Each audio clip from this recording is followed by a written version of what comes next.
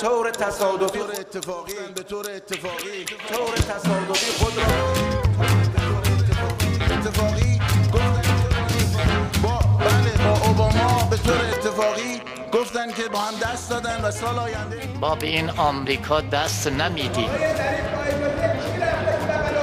و باید مجازات شود. 2 سال قبل گفتن به طور اتفاقی آقای روحانی با اوباما تلفنی صحبت کرده. سال قبل گفتن به طور اتفاقی آقای ظریف با اوباما سال آینده به طور اتفاقی میپرن بغل هم دیگه و ما به این آمریکا دست نمیدیم. وزیر امور خارجه به طور تصادفی خود را به آغوش اوباما رسانده است. شخص آتش روسی با اوباما غلط زیادی کرده، استعفا نموده و در به خانه کری اوباما بساط کند.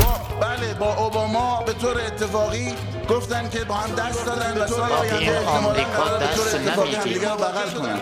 تاریخ پر از این اتفاق